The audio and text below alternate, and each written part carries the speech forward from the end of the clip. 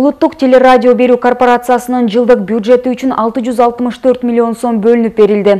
Бул тууралуу президент Садыр Жапаров 13 декабрда УТРКнын 90 жылдык мааракеси менен куттуктоо учурунда айтты.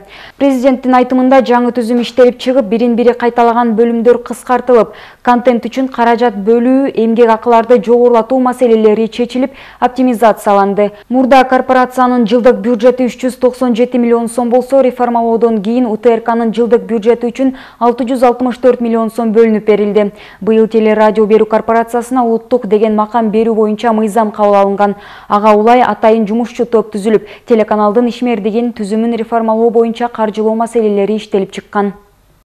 Саламатсыздарбы, урматтуу улуттук телерадио корпорациясынын кызматкерлери, улуттук телеканалга өз өмүрүн арнаган ардактуу ардагерлер, кымбаттуу мекендештер.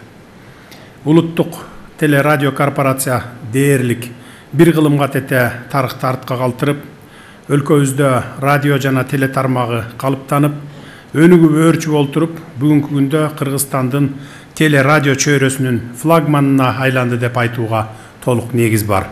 Ошондуктан алгач улуттук телеканалдын 90 жылдык мааракеси менен баарыңыздарды куттуктап кетүүгө уруксат этиңиздер.